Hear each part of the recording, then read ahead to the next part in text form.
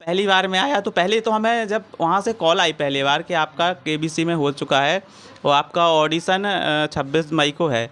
तो हमें पहले तो ये लगा कि कोई किसी फ्रॉड कोई कॉल कर रहा है। हाँ। लेकिन जब एक दिन बाद मैसेज आया उनका कि आपका हो चुका है ऑडिशन और उसमें पता भी लिखा था कि आपका फला फला जगह पर आपका ऑडिशन है, फिर थोड़ा बिलीव हुआ। उसके बाद जब वहाँ पे ऑडिशन में गए तो आप विश्वास नहीं मानेंगे, वहाँ पे दीदी रहती हैं, दीदी के यहाँ रुके थे। हाँ। तो हम और एक भांजा हैराज वहाँ पे पहुँचे। तो जब बहुत शाम हो गई तो दीदी घबरा गई, उन्हें लगा कि सच में कोई फ्रॉड तो नहीं है। और रात के शाम के 7 बज गए थे। अब वहाँ पे हमारा इंटरव्यू चल रहा था अंदर, और जब तक इंटरव्यू नहीं होते तो आप किसी भी तरीके से कम्युनिकेशन में नहीं रह पाते वहाँ पे। नमस्कार, आप सभी का जनता का राज में बहुत बहुत स्वागत है। हमारे बुंदेलखंड के हमीरपुर ज़िले के चिकासी ग्राम के अश्विनी विश्वकर्मा जी ने पूरे बुंदेलखंड का, अपने ग्राम का, अपने माँ बाप का, सबका नाम रोशन किया है।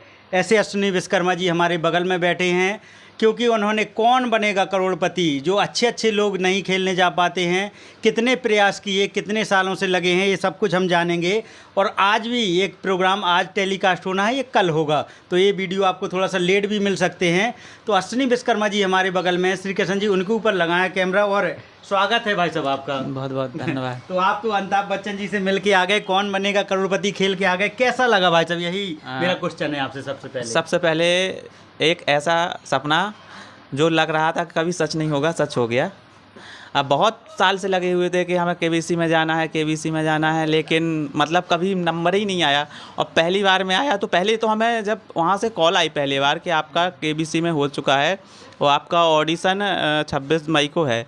तो हमें पहले तो ये लगा कि कोई किसी फ्रॉड कोई कॉल कर रहा है। हाँ। लेकिन जब एक दिन बाद मैसेज आया उनका कि आपका हो चुका है ऑडिशन और उसमें पता भी लिखा था कि आपका फला फला जगह पर आपका ऑडिशन है, फिर थोड़ा बिलीव हुआ। उसके बाद जब वहाँ पे ऑडिशन में गए तो आप विश्वास नहीं मानेंगे, वहाँ पे दीदी रहती हैं, दीदी के यहाँ रुके थे। हाँ। तो हम और एक भांजा हैराज वहाँ पे पहुँचे।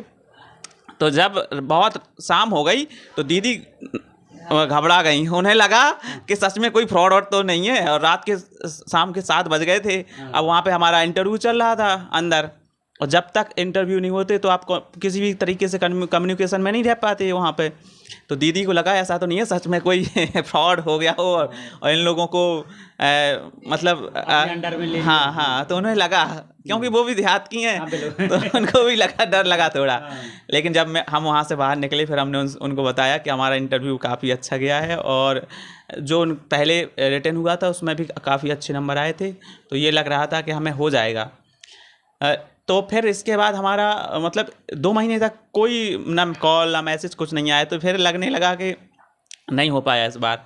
फिर इसके बाद अगस्त लास्ट में वहाँ से कॉल आई कि आपका केबीसी में हो गया है और आपकी शूटिंग 18 और 19 तारीख को है। तो फिर हमें ऐसा लगा, वहाँ से वैसे ही नंबर से कॉल आया था। हाँ। तो हमें लगा कि ऐसा तो नहीं है कोई फ्रॉड हो। तो फिर हमने कहा, फिर एक दिन बाद हमने उनको कॉल किया। हाँ। जिस नंबर से आया। हाँ। हमने कहा मैम आप इतना बताइए कि सच में हमारा केबीसी में हो गया कि नहीं हो गया है। हाँ।